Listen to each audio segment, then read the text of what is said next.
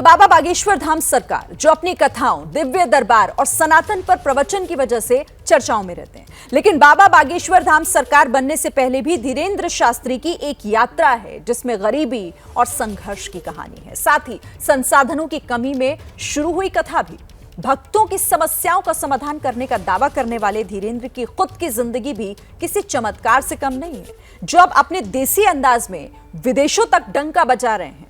इसी पर देखिए हमारी खास रिपोर्ट, बाबा धीरेन्द्र शास्त्री का कथालोक।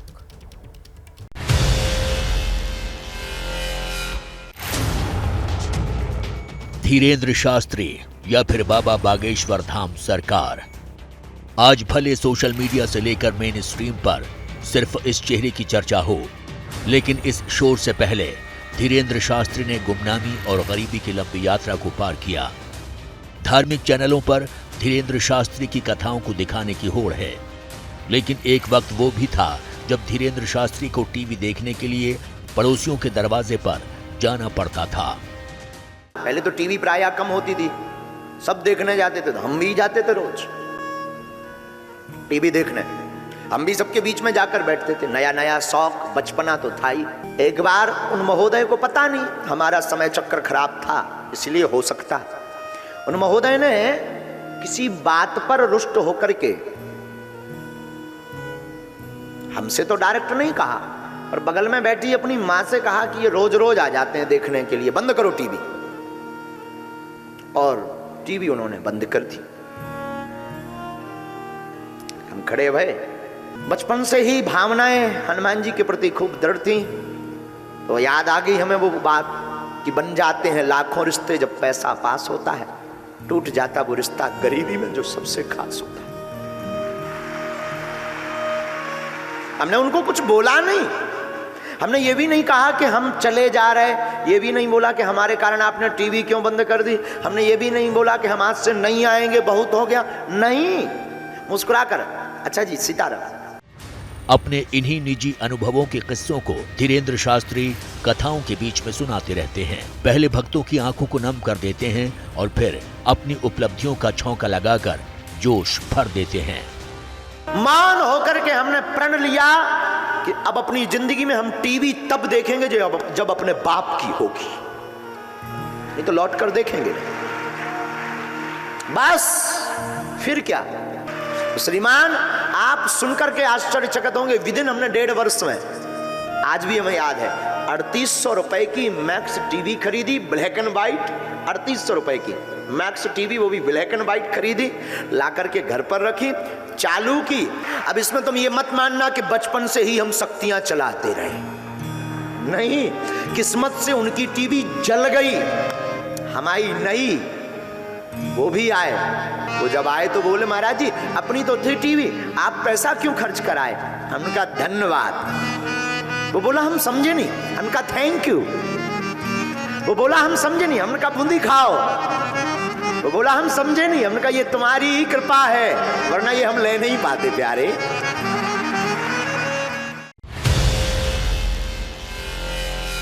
ही भावनाएं हनुमान जी के प्रति खूब दृढ़ थी। जिन बागेश्वर धाम सरकार के दर पर आज पैर रखने की जगह नहीं होती है, वही धीरेन्द्र शास्त्री कभी एक छोटी सी झोपड़ी में अपने घर वालों के साथ रहते थे। जिन बागेश्वर धाम सरकार का पंडाल आज रोशनी में गुलजार रहता है, उनके घर को एक अदद बल्ब भी नसीब नहीं था। हम अपने गांव में भीख मांगते थे, 8 साल तक हमने भीख मांगी। और एक बार की घटना बहुत झंझोर थी, चूंकि पर वो रह नहीं पाते हम उसे कहे बिना। बचपन में हमारी अवस्था जब 9 साल की थी तो हमें वृंदावन जाना था पढ़ने के लिए। हमारे पिताजी कुछ करते नहीं थे, गांव के हम ब्राह्मण थे, तो भीख मांग करके हम अपना जीवन चलाते थे पूरे परिवार का। और वृंदावन जाने के लिए हमारे पास उस वक्त 1000 रुपए किराया ना रहे। लोग उस वक्त निमंत्रण कार्ड भी नहीं देते थे, क्योंकि ये आएगा तो फटे कपड़े पहनकर आएगा तो हमारी शोभा खराब हो जाएगी।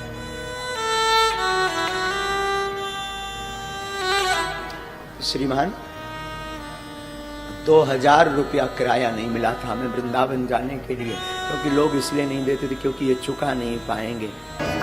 जिन धीरेंद्र शास्त्री के चौखट पर आज लोग अपनी समस्याओं का समाधान खोजने पहुंचते हैं, वो खुद कभी संसाधनों के अभाव में थे। फर्श से अर्श तक का सफर धीरेंद्र शास्त्री ने कैसे पार किया, वो अपने आप में किसी रहस्य से कम नहीं है।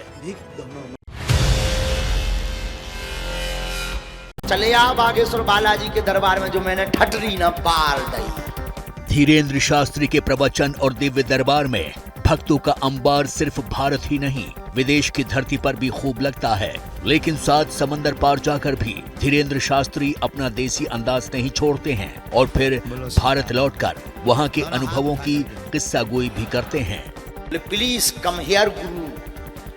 Okay, no problem my dear, I am ready 24/7 hours. हम अंग्रेजी अभी सीख रहे नई, क्योंकि जाना है तो वहां दिक्कत होगी। अगर हमने मंगाया पानी तो आफत हो गई, उन्होंने कहा yes yes no no no, आफत बीत जाए। तो हम सीख रहे अभी, प्लीज कम वाटर मी। तो ऐसी अंग्रेजी ऊट पटांग चला रही हमारी रोज रात के। आधा घंटा एक टीचर अलग हो हमें, उससे कहा उतराज, what's your name? My name is Bageshwar Dham Sarkar. और साथ ही धीरेंद्र शास्त्री खुद की कमजोर अंग्रेजी का मजाक उड़ाने से भी नहीं चूकते। हमारा तो ठिकाना ही नहीं कब सी लग जाए कब ही लग जाए।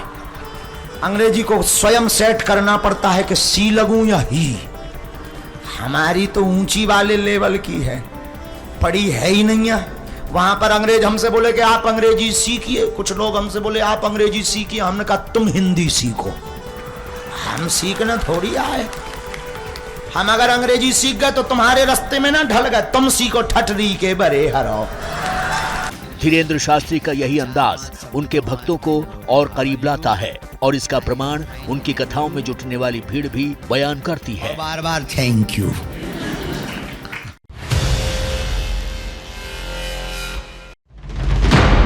बोलो बागेश्वर बालाजी महाराज की।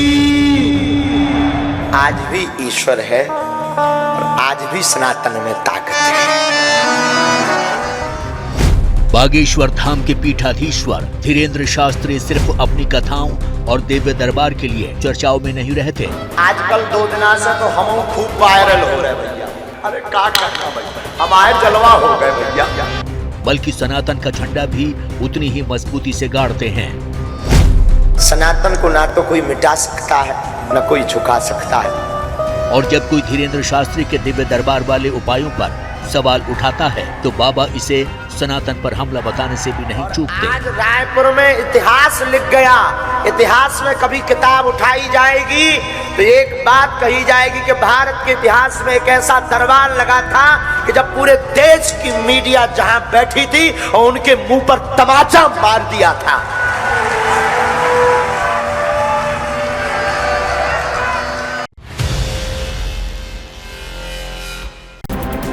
गद्दी पर विराजमान बाबा बागेश्वर धाम सरकार और मंच पर माइक थाम कर खड़े हुए मध्य प्रदेश के गृह मंत्री नरोत्तम मिश्रा, ये तस्वीर धीरेंद्र शास्त्री की लोकप्रियता बताने के लिए काफी है कि न सिर्फ आम आदमी बल्कि वीवीआईपी भी बाबा के सामने नतमस्तक हैं। हरि अनंत हरि कथा अनंता, आपकी लीला अपरंपार है। बिना देखे बिना समझे आप कष्टों को समझ रहे हो। हम घर में रह के घर को ही नहीं समझ पाए तो कहां से आपको। सिर्फ मध्य प्रदेश ही नहीं, देश के कई नेता धीरेंद्र शास्त्री के भक्त हैं। बीजेपी सांसद तो धीरेंद्र शास्त्री की कई कथाओं में हाजिरी लगा चुके हैं और कई बार तो बाबा के सामने भजनों की प्रस्तुति भी दे चुके हैं। ऐसा नहीं है कि धीरेंद्र शास्त्री के दरबार में सिर्फ बीजेपी नेताओं का तांता लगता है। बागेश्वर धाम सरकार के भक्तों की लिस्ट में कई कांग्रेस नेताओं का नाम भी है। ये छतरपुर से कांग्रेस विधायक आलोक चतुर्वेदी हैं, जिन्हें धीरेंद्र शास्त्री का शिष्य बताया जाता है। बागेश्वर धाम सरकार की, हनुमान जी महाराज की, परम पूज्य गुरुदेव जी महाराज की।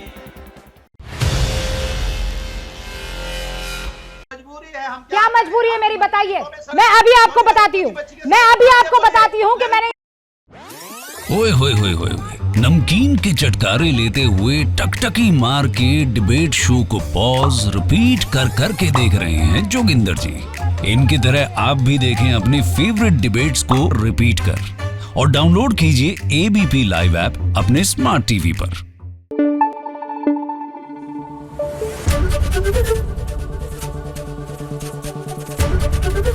एबीपी न्यूज आपको रखे आगे।